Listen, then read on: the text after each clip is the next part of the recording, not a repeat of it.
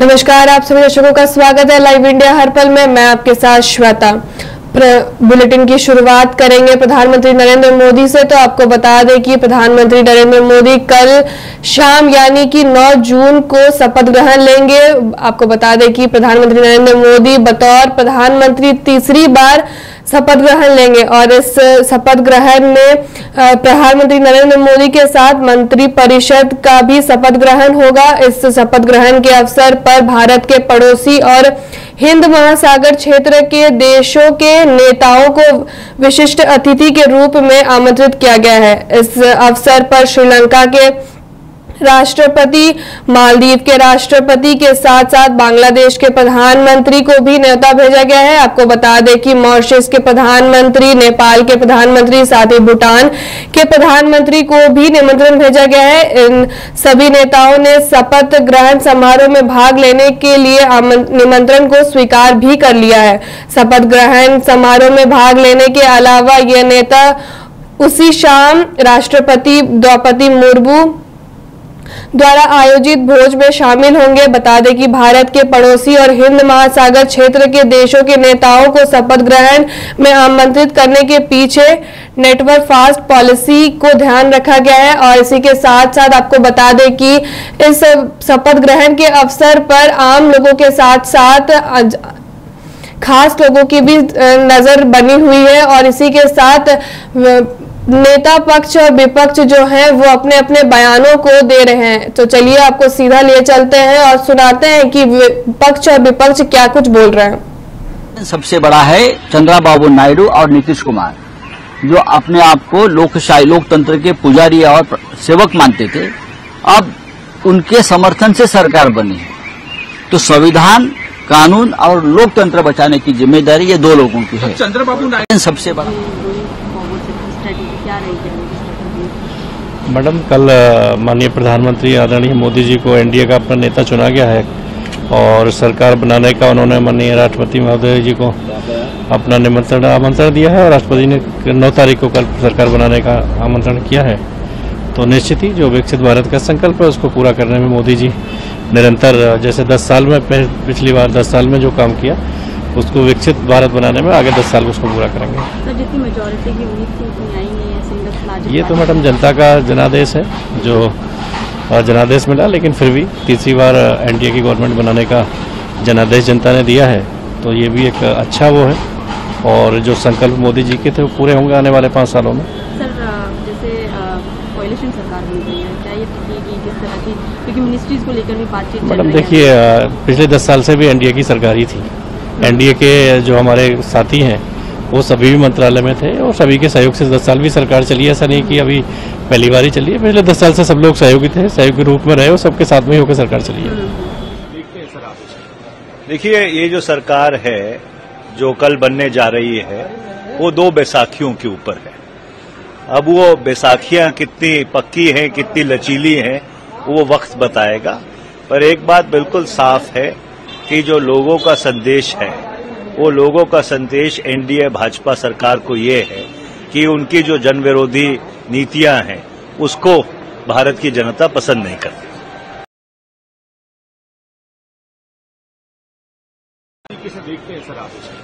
देखिए, मैं ये उस कोर ग्रुप में हम नहीं हैं और जाहिर सी बात है कि कल 7:15 में वोट होना है प्रधानमंत्री जी का और उनके मंत्रिपरिषद के लोगों का।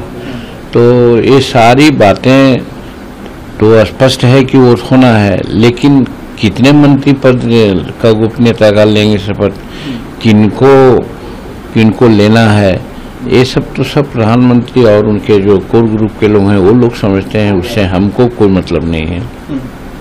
ठीक है सर, प्रधानमंत्री एस्पिरेशनल इंडिया का एक नया नाम है, वो ऐसा इंडिया होगा। क्या कहते हैं कि जो एनडीए का गठबंधन वाली सरकार आने वाली है कितनी मजबूत रहेगी और कितना आगे तक जा पाएगी? देखिए, सुगम रास्ता पर अगर आदमी चलता है और चलते रहता है, काफी दूरी तय कर लेता है, तो वो अगर कहे कि हम बहुत दूरी तय कर लिया तो उसकी खासियत नहीं है। खासियत उस राही का है जो दुर्गम रास्ता पर चलता है और ससमय अपना गंतव्य स्थान पर चल जाता है।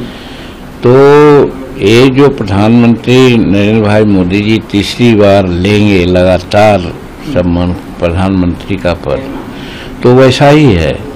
आज़ादी के बाद प्रधानमंत्री जवाहरलाल नेहरू 3 बार वो भी प्रधानमंत्री हुए थे और उसके 62 साल बाद ये प्रक्रिया दोहराई जा रही है। इस 62 साल में हिंदुस्तान में कितनी राजनीतिक परिपक्वताएं आई, कितनी कॉम्प्लिकेशंस आए, क्या क्या यहाँ का वातावरण बना, सभी वातावरण और विरोधाभास स्थिति में भी रह करके गठबंधन धर्म का पालन करते हुए, क्योंकि आज लोग कहते हैं कि इनको अपनी पार्टी को बहुमत नहीं है, लेकिन इसके पहले 2 टर्म तो उनको अपने पार्टी की बहुमत थी, उसके बाद भी गठबंधन के लोगों को उचित सम्मान और विभाग दे करके काम चलाए हैं और इस बार भी वो चलाएंगे जिसका संकल्प कर दोहराया है।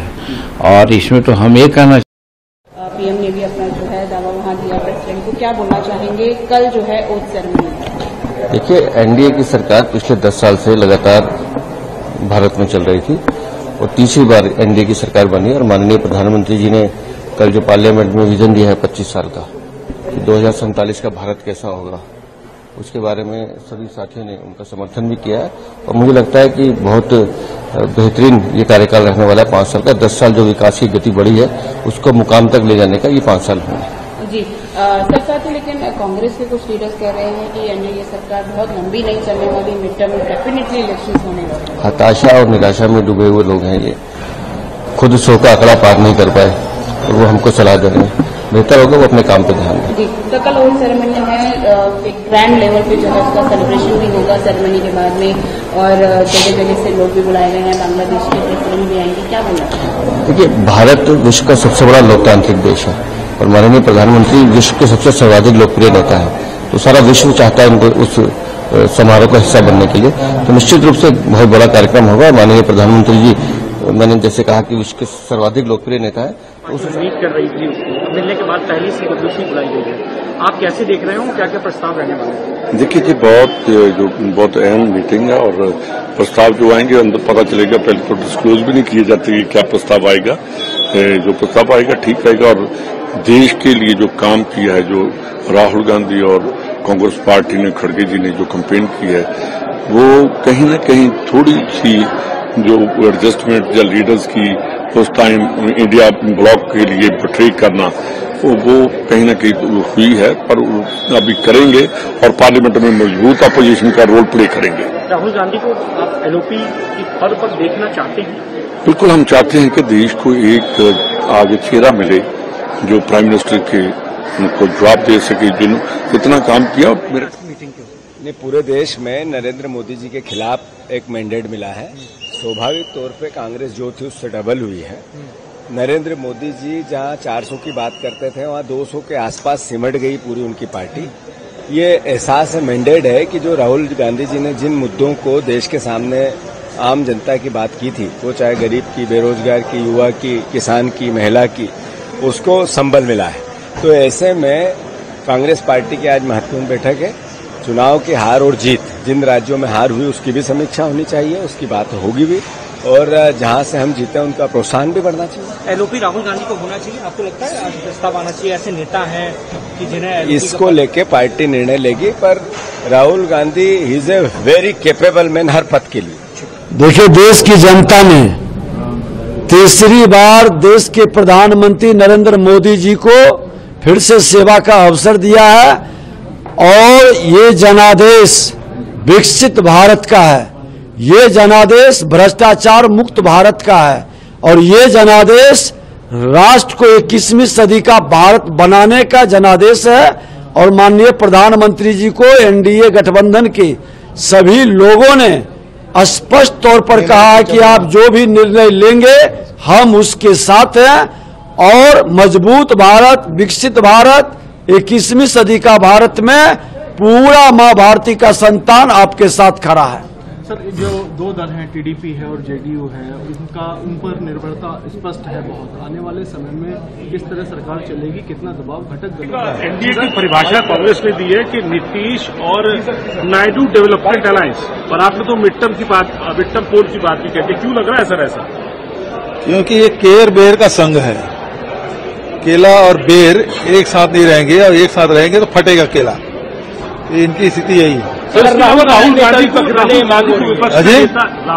को नेता विपक्ष बनाने की मांग कोई कांग्रेस सांसद उठा रहे हैं। हाँ। तो वो नेता विपक्ष की जिम्मेदारी ले। शाम को कांग्रेस पार्लियामेंट्री पार्टी की भी मीटिंग है, उसको किस तरह? भाई ये तो संसदीय दल का विशेषाधिकार है, वो लोग तय करेंगे और उम्मीद करना चाहिए वो बने।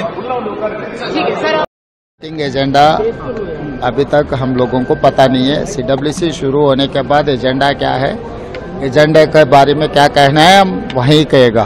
सर सीपीपी की बैठक शाम में है, जिसमें लगातार कांग्रेस के सांसद ये मांग उठा रहे हैं कि राहुल गांधी को संसद में विपक्ष का नेता का जो पद है वो लेना चाहिए, ताकि सड़क से संसद तक वो पीएम मोदी से टकराते दिखे। आपका क्या मानना है?